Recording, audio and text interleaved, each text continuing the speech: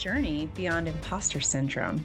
This is where I invite you into a space where high achievers and spiritual leaders converge to redefine success and self-worth.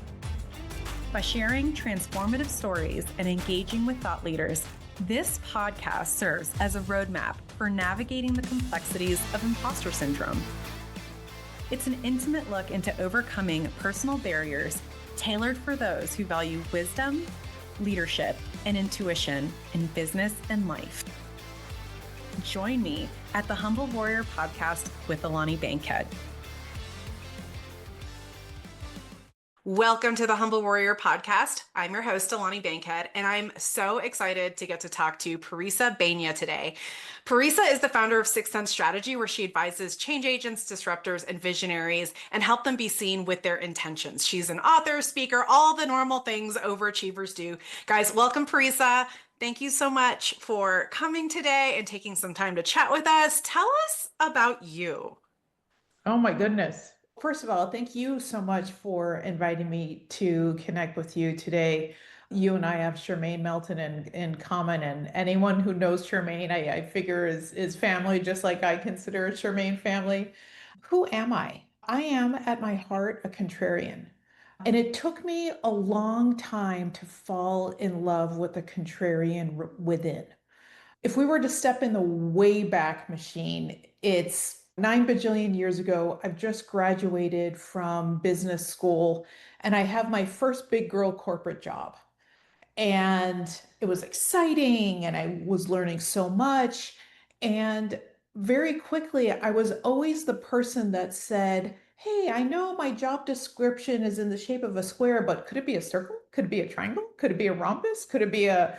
And because that was speaking from my excitement, my creativity, my desire to say, what if we could? And in those days, I didn't realize how problematic that was. I wasn't laying the foundation for why it was a good idea to be a contrarian or why being contrarian in those moments would serve everyone. It looked like I was pontificating just to pontificate. I wasn't enrolling and engaging people on this really wonderful creative idea I had in my mind's eye. And so fast forward to today, the person I am is advisor, mentor, and coach to modern badasses, those pattern interrupters, those change agents, those visionaries who go 80 miles an hour in a 45-mile-an-hour zone without checking to see if people are strapped in for the ride, let alone interested in the destination. Some people might call them bulls in china shops. Some people might call them brilliant jerks. Some people might call them the equivalent of a donkey's rear. I won't say the word. Oh, you can say it. You Oh, can I say can say it. asshole. Okay. Some Yeah. people might call them asshole. I think they're wonderfully complex, interesting people. And that's who I advocate for day in and day out. That I'm on a 25-year mission to champion these people and have everyone else champion them too. Oh my gosh. Okay. This is going to be such a good conversation. And I knew immediately when I looked you up. First of all, we have been connected for a while. I know I've seen your name float around a lot in the space, but your book is actually called Modern Badass. Yep. And I have a very fond relationship with the word badass because I always felt like I was a badass, even though I didn't look like a badass. Yeah. But especially growing up, you're talking about a square construct, like growing up in society and in a religious house where cuss words couldn't be used. And badass, like I was like, but it's not a bad word. It means so Yeah. much. It's so powerful and like fun and cheeky. And I remember having when I was launching my practice, this whole thing about, can I use the word badass in my copy? And I did. And like it pissed so many people off. But then other people That's were good. like, right. But then other people were like, oh my gosh, like I can't believe you're a Christian and you said that. And right, just all, and I was like, okay, I don't even fucking care anymore what other people think. We're just gonna do this. And I use it everywhere with all things, like whether it's the people that I get to work with, some of the projects that it's just my favorite word. So tell me a little bit about how did modern badass come about? What is your relationship like with this word? Because I feel like you also have a lot of fondness for that. But what does badass mean to you? Oh, that's a really good question. In my work as an anthropologist of all things modern badassery, what I've done is I've come up with 14 traits for me that typify who a modern badass is. So I had just shared they go 80 in a 45-mile-an-hour zone. They're wonderfully creative. They're wonderfully intuitive. They are the people that say why not instead of why. Tremendously hilarious senses of humor. And one other important thing is they may fall down, but they will, brush things off and get up again because to riff on A League of Their Own, there's no crying in baseball. And so these badasses, these are the ones that lead with courage, not only confident, not necessarily confidence. Confidence is a lagging indicator, but these are the ones that are going forth with courage. They don't know the outcome of every experiment or adventure they embark on, and yet they will still embark on the experiment and the adventure because it is the act of going on that adventure and not necessarily the outcome that is the most important thing. They're not Ooh, attached to outcomes. They're attached to making the attempt. And I find these people wonderfully fascinating. So let's put them in real terms, because I sense you might ask who might be a badass next, or at least in my view, who I think is a badass next. Let's look at Steve Jobs. You can be all Android all the time. Like you can legit straight up shit on every single, thank you so much for letting me cuss. That was so great. you're Uh, welcome. legit shit on every single Apple product out there. And you can recognize the impact that Steve Jobs had in all things handheld device. Imagine if he had never gone back to Apple in 19 after he left in 1985. What if he had never gone back? What iPod would you not have had? What iTouch? What iPhone? What iPad? What iMac? What whatever would you not have had? That is a tremendous opportunity cost. And so the things that I feel are important when we look at people in history or people who are contemporaries, wow, I don't have to like this person. I don't have to like this person's music. I don't have to like this person's art. I don't have to like this person's politics. And I'm clear that if their voice were silent, there would be a tremendous opportunity cost for all of society. So that is like a Serena Williams. That is a Beyonce for me. It's a Venus Williams too, actually.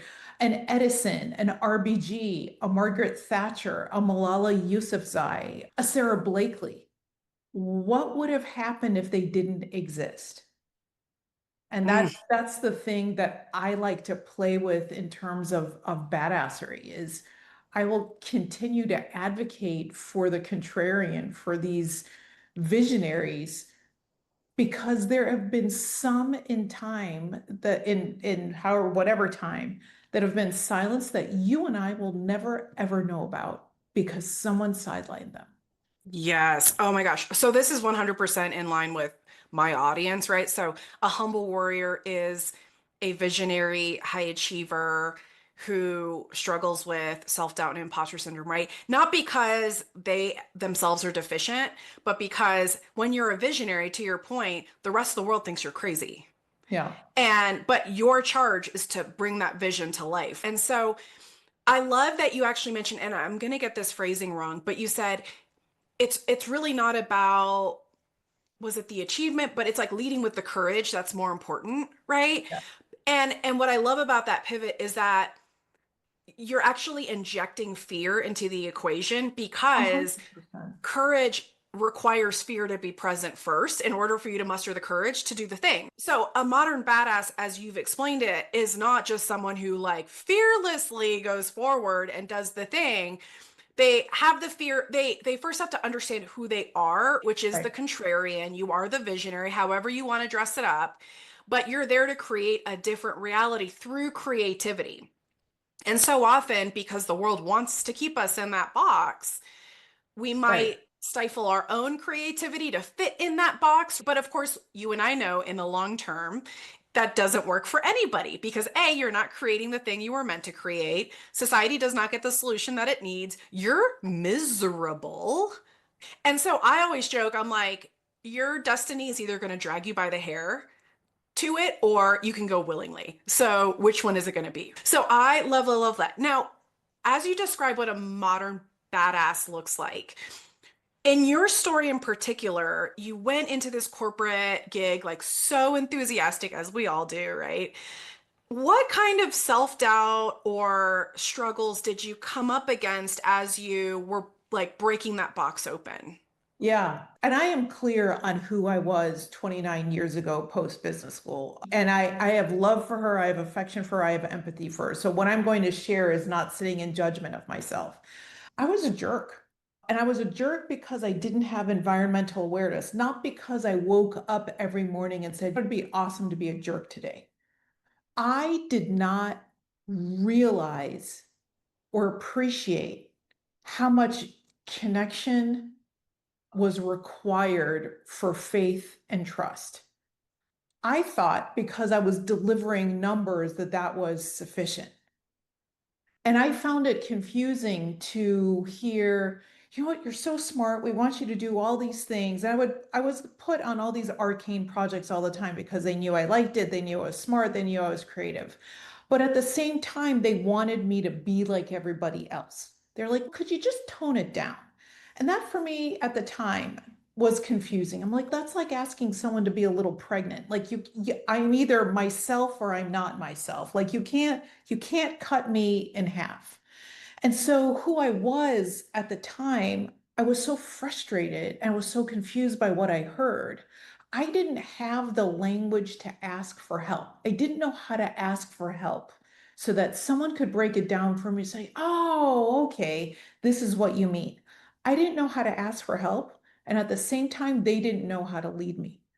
So part of the mission today is not only help people like me find the words to be better understood, and also at the same time help their leaders not make people feel like they need to change to be palatable to everyone. You stop becoming a brilliant jerk to other people once you do a better job of advocating for that which benefits everyone. You will go from being seen as too much to just right. But what you have to do is create the means for connection. So what I did at the time to go back to your question is I doubled down. I'm like, oh, you thought that was annoying. I was like, let me show you what difficult looks like. Let me show you what contrary looks like. And again, I take responsibility for those unfortunate decisions, let's call it that I made. And now it helps me have the language, understanding, and empathy for these people that I advise and coach today, some at senior levels of an organization. Like it's easy for me to connect with them than maybe it might be for somebody else. Yes. Okay. So the connection was the mechanism that got you to that wisdom, is what I'm hearing you say. Yeah, it took a long time. And Sure. we're like skipping over like decades, unfortunately, because the definition of insanity is doing the same thing over again and expecting different results. But it was really the was when you get to be middle-aged, you become a little bit more reflective and life becomes a little bit more textured and bittersweet. And I have I've always been the person that felt like the outsider. And I also don't believe that being an outsider is so bad. As long as everyone finds the means and has the good intentions to connect with one another. So yeah, that's what it's about for me. The introvert wants to connect. Yeah. Oh, I know. All right. That is such an important point because the visionaries, as I call them, the modern badasses, as you call them, we can hold opposing ideas at the same time. In fact, Yeah. that's something that we do really, really well. And that is, I think, an important point to make, which is Our brain wants to reconcile these opposites, but you don't have to. And that's an important part of becoming a modern badass, is being able to unpack complex ideas, allow them to be complex, and that's okay too. Yeah, the connection, it took you years, right? It does for all of us. But the Right. fact is that you still have the roadmap for those that are at the beginning or even the middle of their journey That's with some of exactly these right. tools. And so the connection is the thing that glued it all together. And it sounds like the catalyst for you was an understanding what you needed. So maybe if younger Parissa talked to older Parissa and went to her boss the next day and said, "Hey, can you explain to me what steps I have to take in order to like not be too much, like break it down for me." How would that have shifted things for you, do you think? Yeah, what I would have done at that conversation, actually, let's play. I would, like most coaches like to do, is be like, oh, that's cute that you think this is the thing. That's not the thing, that's the symptom of the thing, right? So it's a couple degrees behind that, which is to say, who are you and what's important to you? And it took me a really long time to crystallize what my key values are. And it took me a long time to crystallize what are the environments in which I felt like my key values would be celebrated, would be able to survive, all the things. And so the conversations I have with my clients today and what I would have said to my younger self is, what are the things that are important to you? And it turned out as I went through all of the different times in my life, my key values are freedom, truth, justice, creativity, and loyalty. And anytime something was in opposition to one of those things, that's when I had the equivalent of Mount Vesuvius or the equivalent of a Mount St. Helens, that like bad things happened when things weren't aligned with my most important values. Had I had clarity on who I was and what my important values were and how I needed to feel in environments, it would have allowed me clarity in asking the question of, help me understand, these are the things that are important to me. What are the things that are important to you so that I know how to put all of these things together? Not that everyone needs to be matchy matchy, Right. but there's a way to find a complementary value set with anyone. Had I had the sophistication, had 26-year-old me, 27, 28-year-old me had this sophistication to say, this is what's important to me, this is how I want to feel, what's important within the context of what success looks like in this job so that I know how to create a relationship to it. It sounds more sophisticated than it needs to be, but that's really the crux of it, is that I didn't have the language or the understanding. And also, look, it was the late 90s Yeah. and my leader tried his best. I don't think even today he would know how to lead someone like me. And that's not a dig on him. That is Right. just more of an observation, is not everyone is meant to be led by everyone. Going to Right. be some matches and there are going to be some matches where you're like, "Ugh, no." Yeah, no, 100%. And I see that a lot, especially the military, which is where my background comes from. We get a lot of leadership development. And the reason why is because if you don't hone these skills early, people die. And corporate, they've gotten on the bandwagon somewhat in the last 10 or so years, but for the most part, they're not getting leadership development training at the level, and some don't at all. Yeah, they never do. And so people do their best with what they have, is your point. But ultimately, I love what you shared. And basically, what you're saying is, I had to learn how to connect my values to my organization's values and to create win-wins for all of us. And when that happened, everybody was thriving, right? Now, I'm curious because you mentioned, you're like, when I was out of values alignment, Mount Vesuvius erupted. What did Mount Vesuvius look like for you? Oh, I would, oh my gosh, there were so many different ones. I would get visibly frustrated. I would be disruptive. I would be dismissive. And it took me a long time again to, what's going on with this. And of course, working backwards, you figure it out. I took a stroll down memory lanes, but every time something yucky happened, let's say, and I'm like, oh, it was because something felt unjust. Oh, something felt disloyal. Oh, something felt like they were trying to limit my creativity, which for me was like blocking me from oxygen or not letting me have enough oxygen.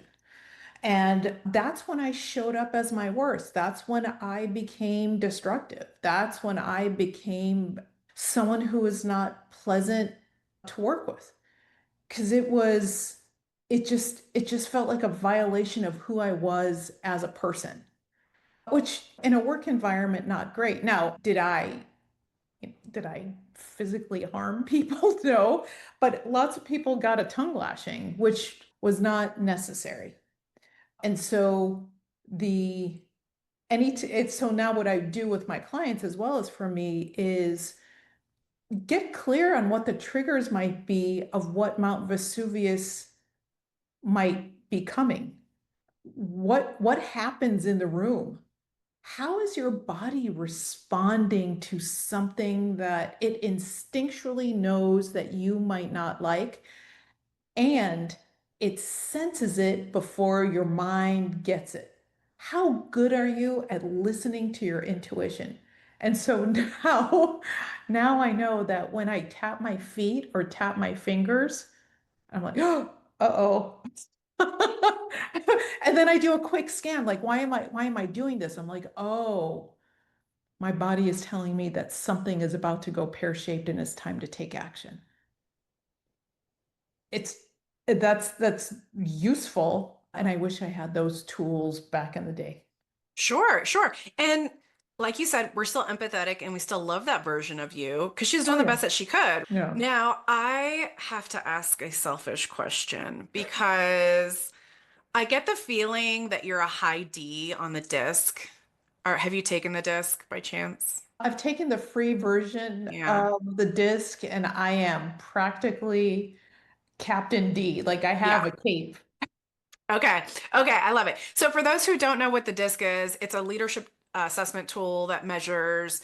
There's four main categories of people on a team. So there's like your high Ds who are mission always, like they will take the hill, right? Like they will squash on anything to get it done. I's are influential. They rely on relationships to get things done. We have our S's who are steady people. They're the ones that are like, whoa, don't go too far. Did you think about this? And then we have our conscientious, our C's who are our detail oriented people, right? So they rely on data. They like having all the information. And so the concept is every team that flourishes has a combination of these four, but they each have advantages and disadvantages, right? Okay. So now with that background, why I bring that up is because honestly, Parissa, high D's have always been the bane of my existence. But I want to be Are clear, you an S? I'm an I, but I for the audience, you're usually a combo of two. So I'm an Uh-huh. ID or an IS, depending on who I'm with. So I'm an ID like in my military sense, right? When you got to take the hill, I can channel that D. So I can Uh-huh. appreciate that part. But then with people like non-military folk, I'm more of an S because they don't need that roughness of in my perspective. Mhm. But so I'm curious because I remember going to leadership development, fantastic tools, going over this model, and I would have D's at my table and I would literally ask them, I'd be like, hey, we're in a learning situation. Every time I give a D feedback, they like bite my head off. It's this fight, it's exhausting. And I was like, Yeah. what can I do to make the feedback more receivable? And this lady literally was like, there's nothing you can do. Like, I'm just going to be pissed off. And yeah, that's exactly what she told me. And I feel like the universe tests me like every once in a while. Like, the universe will plop this high D that I can't avoid in my future. And I love the D's, the high D's in terms of the fact that these are the people you use to push the mission to success. I get that. But to your point, if I'm a supervisor or if somebody listening is interacting with high D's and these modern badasses that are visionaries and they break the box, right? Like the Steve Jobses, what is your best input for how to best support them so that they are themselves, they're given that space to be themselves, but Yeah. they can integrate with the team in a way that is, I don't want to say more cohesive, but Yeah. yeah. Another, you may know Hayden Lee, who is Yeah, of course. okay. So Hayden is an Enneagram Hmm. expert. And so I've taken the Enneagram, I've taken the free version of DISC. I love the Hogan assessment. Anytime across any of these tests or whatever that you come across this sort of archetype, the number one thing to remember, and this is also true in my 14 traits of modern badassery that I've identified, is to remember that they are the most sensitive people you will ever meet. To remember that they are perfectionists. To remember that they have a negative highlight reel going on in their heads nonstop, going all the way to childhood. They are perfectionists. And it is really hard for them to hear additional feedback because it's something else that gets added to the negative highlight reel. Mm. Now, that is up to them to manage. That is not your problem. And having that bit of knowledge and awareness as someone who sometimes plays a D in the TV movie, remembering that sensitivity, remembering the perfectionism, couching things in a way that is a nod to it without tipping them off that you know all about it. Okay, got it. So phrasing things in a way that you are acknowledging subconsciously, because you can't be direct about it, subconsciously acknowledging that they are sensitive, that they are perfectionists. They already have that loop of a reel running through their heads saying all the reasons why they're not good enough. And also providing that feedback in a way where they don't actually know. You're totally giving me spy vibes right now. This is 100% something that we do in human intelligence. It's like it's elicitation. How do we get them to do what we want them to do without asking them Yeah. directly and tipping them off that we know? Oh my gosh, this is so funny. Okay, I love that little bit of feedback. Now, when we talk about you're like modern badasses are the most sensitive people, they're perfectionists.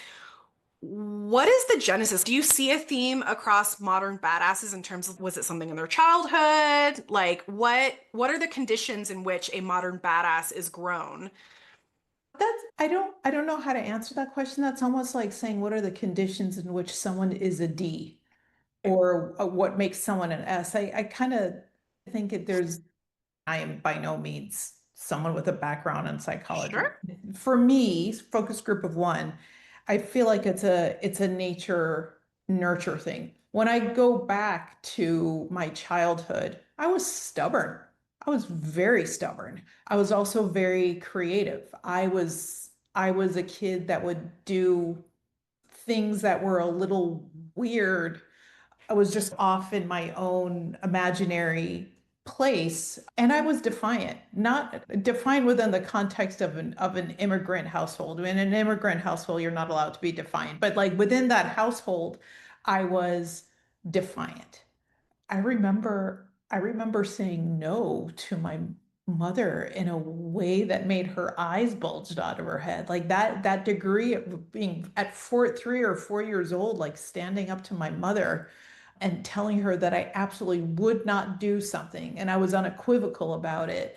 I've just always had my own mind. I've always marched to the beat of my own drum. So I don't know, I don't know that there is an answer to Oh, your that's super interesting. Yeah, no, I love that that's a framework that maybe works for you. You're like, I was just like born. Like this is who I am, which is amazing.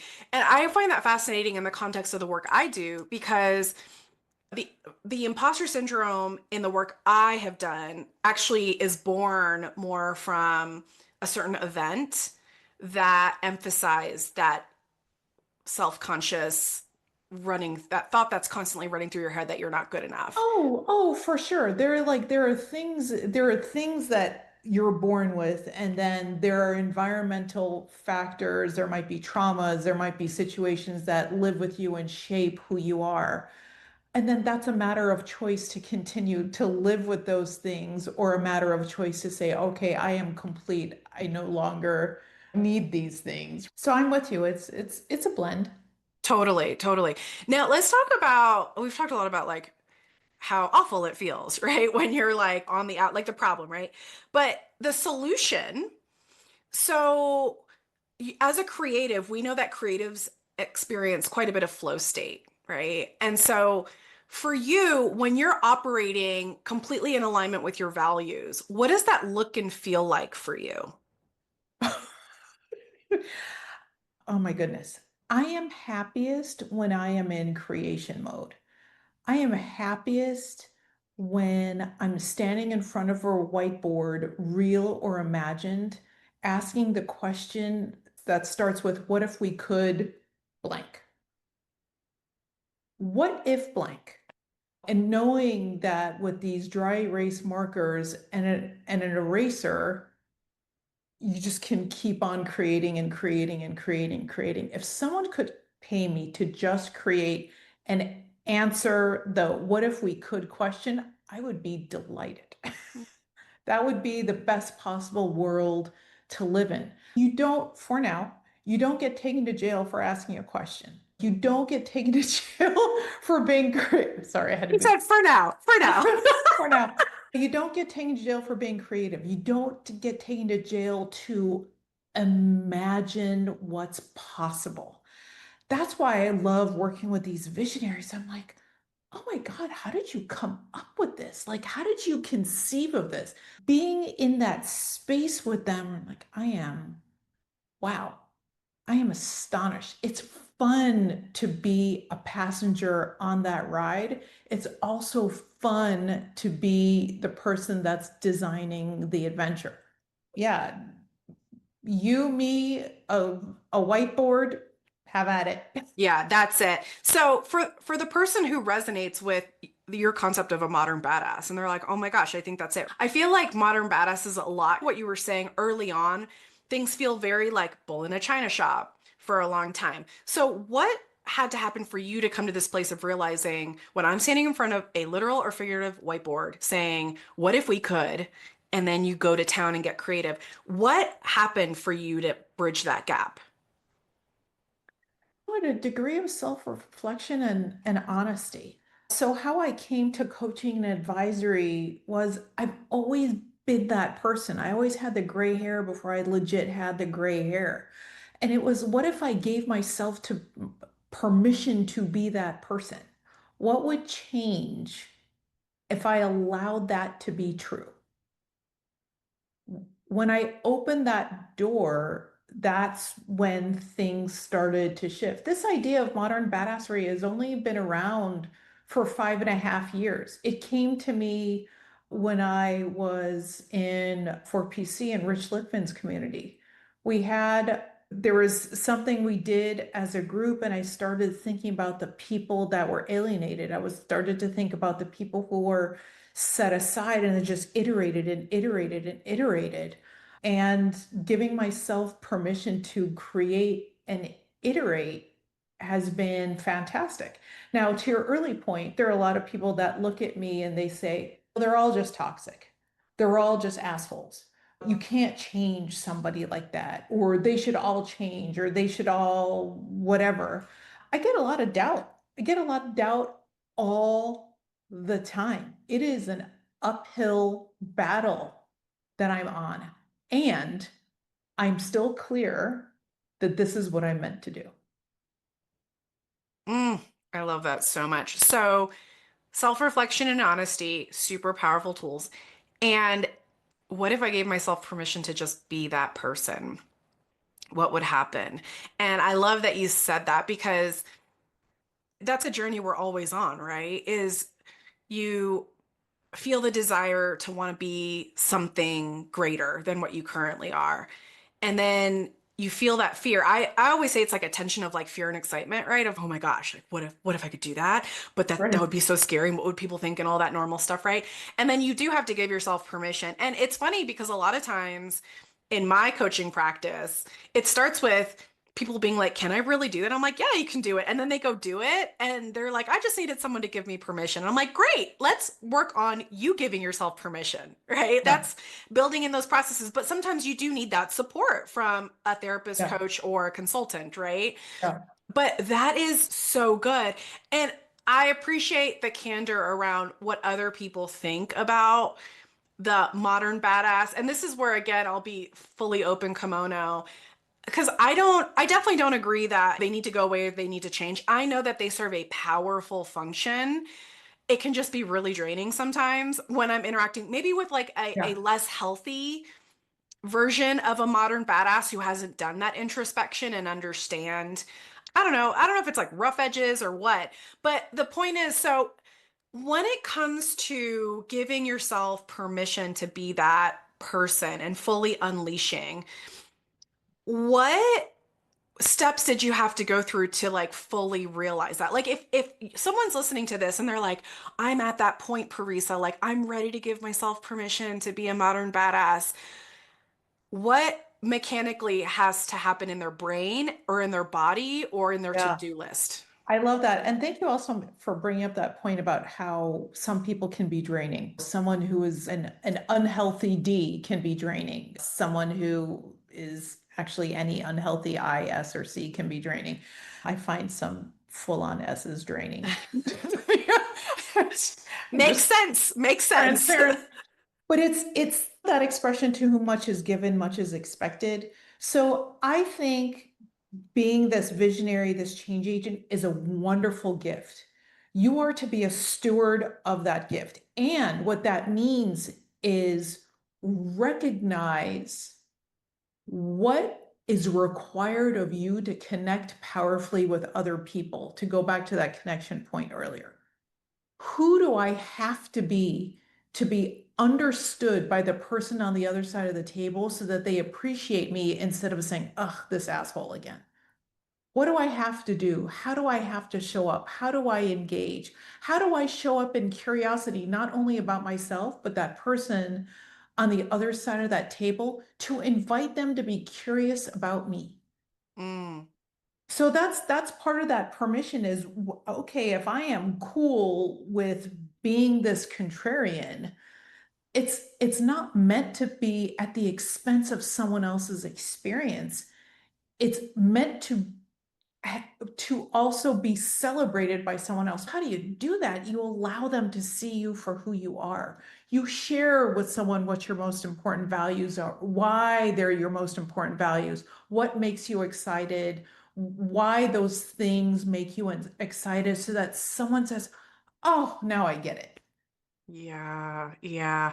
That is so beautiful. And I love that you brought up sharing the values because it goes without being said, values are generally not something that are taught in school. Like I remember going through coach training, they're like, it's values assessment day. We're gonna do your values. And I was like, ugh, like I already Yeah. know what my values are. Oh, Yeah. And they were like, great, Alani, what are your values? And I was just left dumbfounded because I'm like, actually, I don't really know. And that yeah, was when I realized I had been given values, but I'd never actually reflected on, do these values reflect who I am? exactly. And all values are good, but you're also not meant to live out all values at a 10 out of 10 every day, all day. There's Correct. not enough energy in the world, right? So if you prioritize you living out your values 10 out of 10, and I live out mine 10 out of 10, and she lives out hers 10 out of 10, now we can efficiently come together, cover each other's weaknesses with our own strengths. We get more Exactly. done. But there's vulnerability in telling someone, like, this is who I am. Go ahead. Yeah. Yeah. And I think my biggest beef with corporate teams, regardless if they have badasses on their teams or not, or whomever they have on their teams, is that they actually haven't taken the time to explore what the team value set looks like. And it doesn't have to be bunnies in the meadow or sniffing flower. I'm not like a mushy sort of person. And if you want a team to succeed, Where they are going to be most successful is when shit gets real, because everyone knows what each other's values are, so they know how to support each other, and everyone's clear on what the team values are. But if you haven't done that work and shit just got real, it's going to be twice as hard to get to wherever it is that you need to go. So take the time as an organization to say, I want to understand who each of you are individually sitting around this table, and I want us to codify what team values are so that we find a way to create this team value tapestry. Doesn't have to be matchy-matchy. I'm not asking for Stepford wives. I'm asking for a degree of understanding so that, when things need to be done quickly, I know exactly how to come to you and ask for what I need, and then also vice versa. Yes, that is so good. And you're talking about, I'm going to use law enforcement and military jargon for a second, but there's a reason why at the academy you go to the mat room and you practice use of force exercises, because when shit hits the fan, you want to already have done the mental preparation so you can react instantly and have the optimal situation come out. And that's exactly what you're advocating for, is you guys have to do the mental work to decide and confirm, who am I as a person?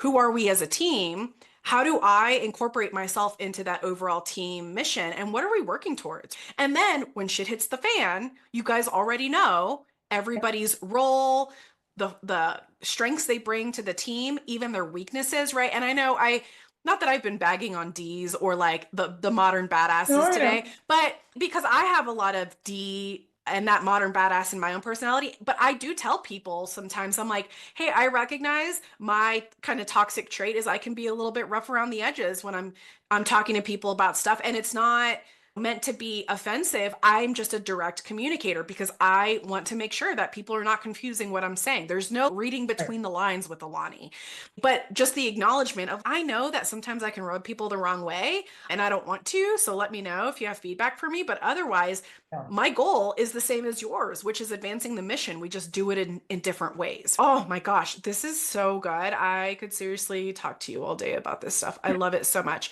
So we've got some great tools: self-reflection. I can't talk today. Honesty, giving yourself permission to be that person, understanding how your body responds when Mount Vesuvius is about to erupt, right? Knowing what are your core values, how do they fit into the organization or the mission that you're creating together. And are there any other kind of key tools or points that you want to make? This last piece is when we have clarity on what's important to us, it is okay to tap out when we are in environments that do not fit us and we don't fit them. Instead of trying to force a square peg into a round hole. I think that's one thing that I in my much younger self, I was trying to prove that I fit because I felt like I was being rejected.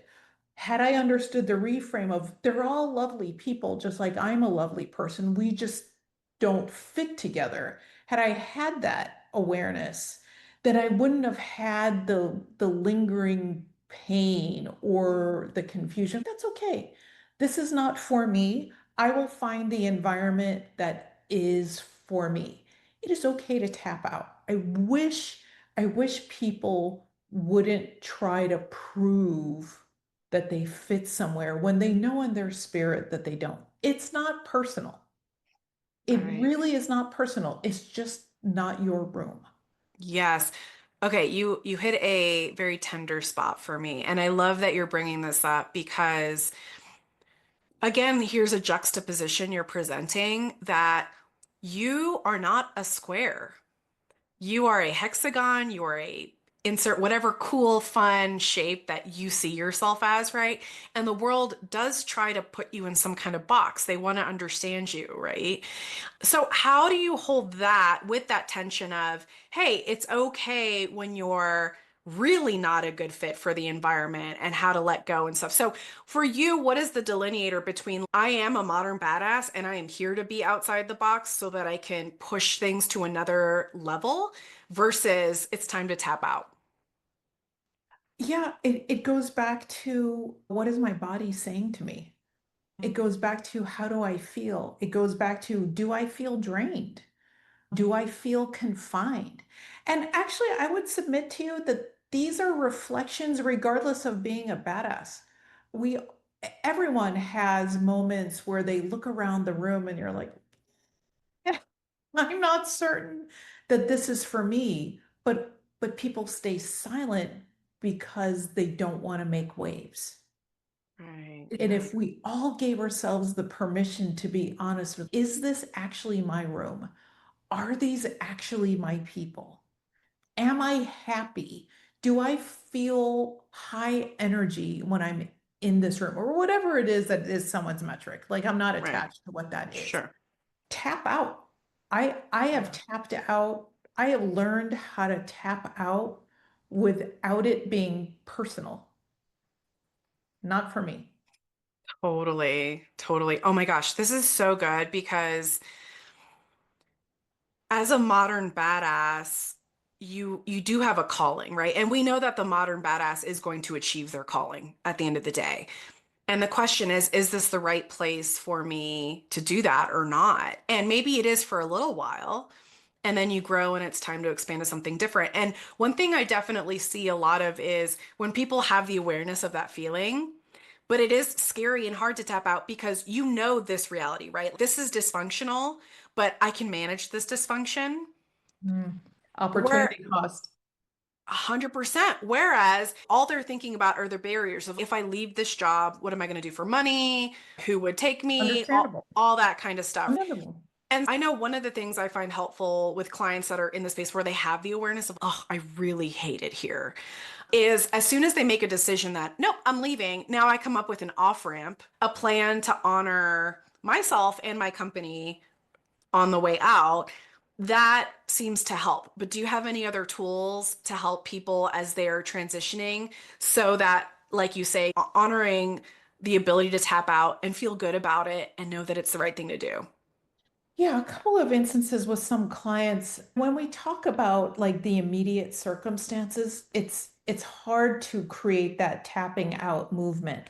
But so what I like to do is play a future you game is like, all right, a year from now, it's it's the best environment ever, it's the best experience ever. What is that experience? And I make them like, I'm like, what does a day look like? How many people do you lead? Or how often do you go to Europe on business? Stuff where it gets really specific because we are so stuck in that churn of the present, it's hard for us to create the gumption to tap out.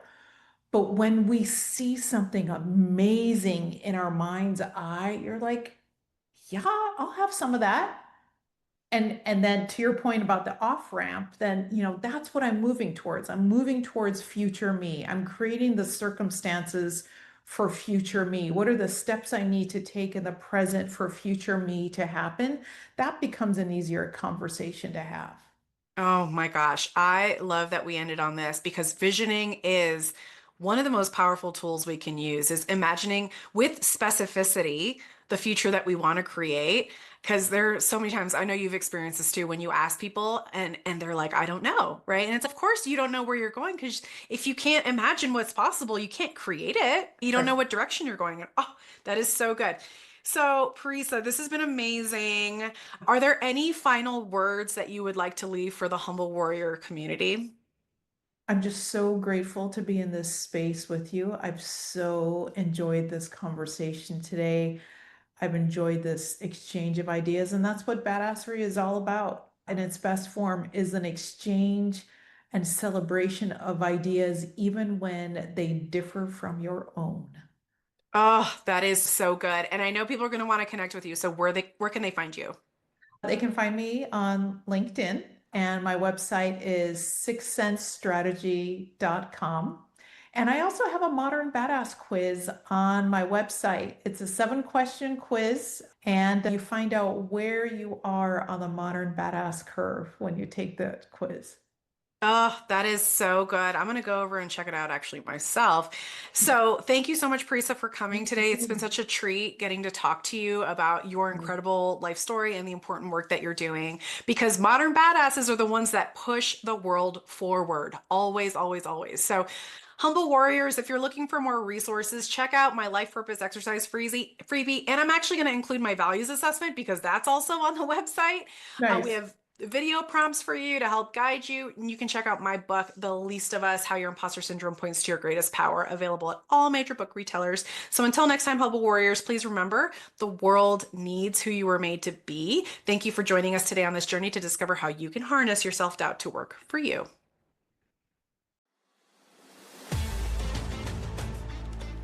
If you enjoyed this episode and would like some help overcoming your imposter syndrome, check out the free life purpose exercise on my website and subscribe to my blog. If you already know what your life purpose is and are ready to crush or harness your imposter syndrome, then you're going to love my best-selling book, The Least of Us, How Your Weakness Points to Your Greatest Power, available on Amazon and all major book retailers. Or you can hit me up at alani@mightysparrowcoaching.com to discuss private coaching or corporate and government training. That's ALANI@mightysparrowcoaching.com. Listen, there's only ever been one you, and there will only ever be one you. And you have a specific gift to give that the world desperately needs. Don't let your self-doubt be the thing preventing you from living your most joyful and impactful life. Until next time, I'm always cheering you on.